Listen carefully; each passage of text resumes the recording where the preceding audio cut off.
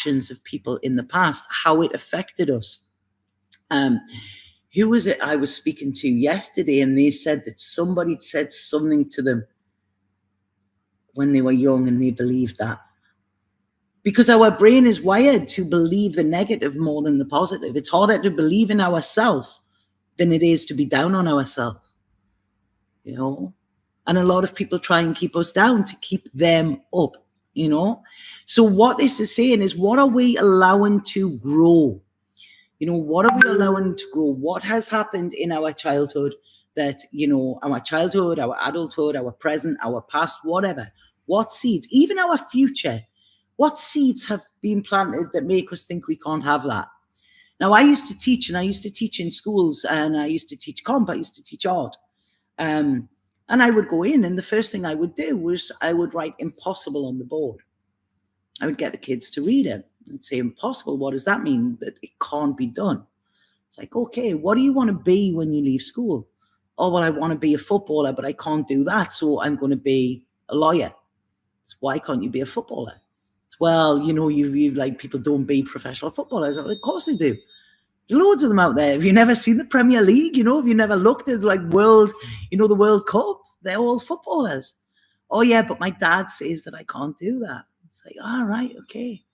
You know, do you believe you could do that? Because all these people have done, they've put the work in. It's not just going to get handed to them on a plate, but they've put the work in and they could do it. So you can be anything you want. So then I would go up and I would just change the chalk a little bit where it said, I'm possible. The second we believe in that possibility, then it can become possible. You know, but if we don't believe it, if we're told that that doesn't exist, then we go, okay, it doesn't exist. But who are the ones telling us? It's what we've got to look at. You know, my dad, he tells me, you know, why don't you settle down? Why don't you do this? I says, and be as unhappy as you are. You know, like, look at the people who are giving you the advice. Are they the people who are living the lives you want to live? Because, you know, I once went to, the doctor sent me to stop smoking. And I went to a smoking cessation clinic or whatever it was. And I said to the woman, I'm really struggling. And she said, oh yeah, I've been trying to quit for years. And she was there trying to tell me how to stop smoking. And it's like, what? You know, am I going to take advice off that? You know, my clients that I work with, you know, within my program, that program was wrote on my experience. They know that wherever I take them, I've been.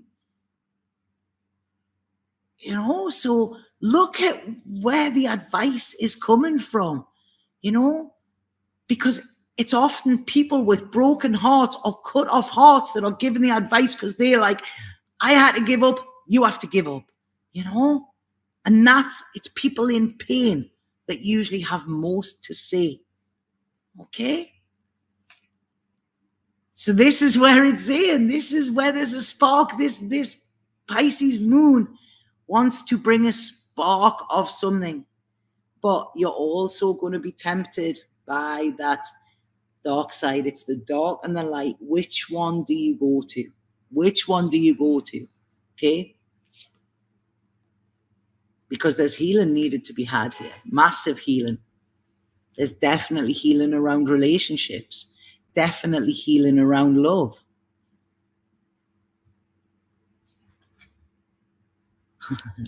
Then we get the sun. Two of Cups and the sun, you know. And that's beautiful. Look at that card, the Two of Cups. I love this one because the people aren't in it. The stories aren't in it, you know. If we say the hands are held, there's rainbows, the cups are full. It's beautiful. And that's when we fill our own cup. Then we can be with somebody else who has a full cup. And it's like, wow, come on, yeah. You know, let's share cups. So expect this Pisces moon to maybe bring up past relationships. We've still got Venus in retrograde, remember. She's out of the underworld now. She's been in the darkness and she's coming out of the underworld, but she's coming out in that Persephone sense. She's been there. She's sat with her stuff.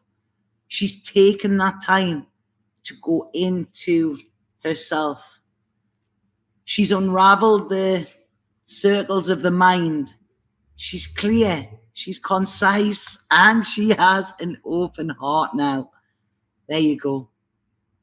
You know, so wow, this is a powerful, powerful time. And she has embraced her shadow, so now she can embrace her light. And she is ready to go, ready to move. Because when you turn your back on the past and what's been, that's when the joy, the abundance, everything that is there waiting for us. Let that tower fall, because that is what is keeping us imprisoned, and that is what is keeping us from the magic of the world and the magic of ourselves. And look, there's the infinity symbol again, you know. So I absolutely love this. This is complete death and rebirth, complete transformation.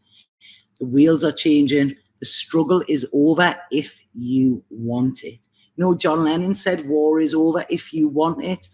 Exactly. There you go. You either struggle or you know that you're being guided. The star healing. Absolutely beautiful. So it's what do you do? What do you do? It's up to you. Up to you to choose. And this Pisces moon is probably going to, if you're not there, it's probably going to bring some stuff up, okay? But accept it. Don't overanalyze it. Hear it. Listen to it. See it. Unravel it. This is the beauty in it. Any stuff that comes up, why do you do it? What's that there for? Where does this remind you of? Ask all of these questions. Where is the shame in this? Where is the guilt in this? Where is the judgment in this? Get rid of it all, okay? And see that at the core of it, there is nothing left but love and spirit and amazingness. I'm going to, I was packing and I found these cards and I realized I haven't used these for a while. My spirit cards, they were mentioned the other day and I was like, yeah, they're always so spot on. So I brought them today. So I'm going to pull a couple of cards and then I'm going to go. I have stuff to do. So I'm not going to do for the stars, but for the reading, for the fire signs and stuff like that. But I really feel that this is enough today. This is what I needed to say. The people that need to hear it will see it. And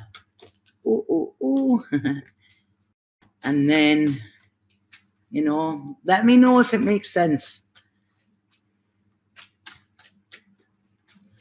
Come on, one more, please. Oh, there you go, there you go, there you go. Yeah, you go. Right, okay. So we have the artist, okay? And this says, you hold the infinite power of creation within you, a divine artist. Create something beautiful today. Feel the stars shining. You are one with the universe and nature. The eternal light of creation shines through you forever. And that's it. We can create anything that we want. Anything, you know.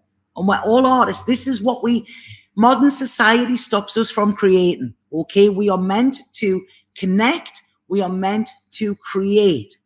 They are essential for our soul, okay? Connection and creation.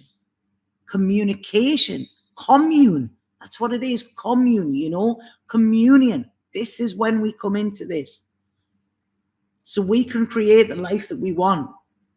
But just this is going to ask you what is stepping in your way. And then the next one that come out is silver vibrations. And it says your vibration is being raised to a higher level. You may be feeling that you are in this world, but somehow not of this world. That is so fucking Pisces energy. So fucking Pisces. Huh? This is the magic of creation at work in your life. As silver starlight enters your aura, your energy field is strengthened, giving you a clearer connection to spirit and revealing the greater purpose of your life. So both of them are on about creation. You know, the world, the planet is, the vibration of the planet is rising, and we've got to rise with that, okay? And God, I love this. I really, really love this energy. I'm going to pull one more, okay? And this is guidance for the next 2 weeks until we have the new moon. Free will, okay? And this is saying that we have free will. We're free to make our own decisions, and we remember that we need to take responsibility for any choice that we make, okay? But the thing to do with this is to tap into your heart and see what your heart says, okay? Like I say, we all have soul contracts, we all have stuff like that, but we also have free will to cancel them, to do what we want, you know, and to kind of... They're talking about karmic law there. I want to see what they're saying about karmic law. I'm just going to get it different. As long as we live in accordance with the karmic law. That's what they're saying.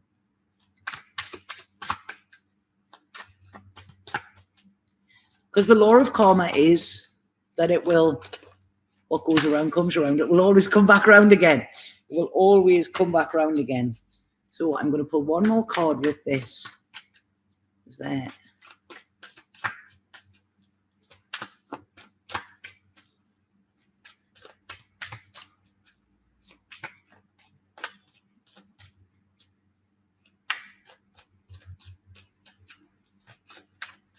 They're talking here about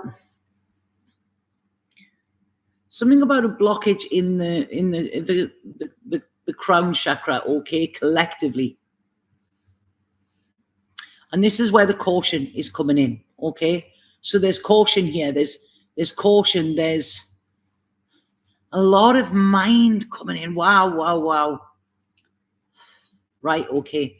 So I'm explaining now. So when they said about that, about the karmic law, it's about, you know, this is where the freedom from the mind comes. When it said free will and it said tap into your heart, because the mind is so prominent here. And I feel this is collective, okay?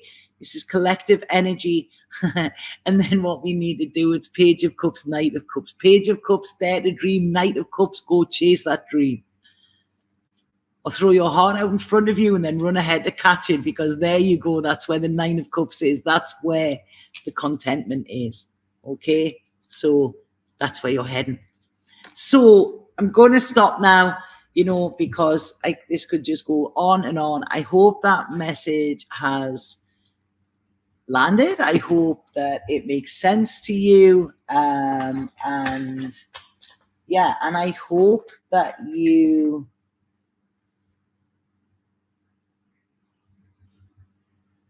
I hope it's a message to the collective. I hope you have the courage to live a life true to your heart and true to your soul. Okay? So keep that heart open. I'm sending so much love. Satnam.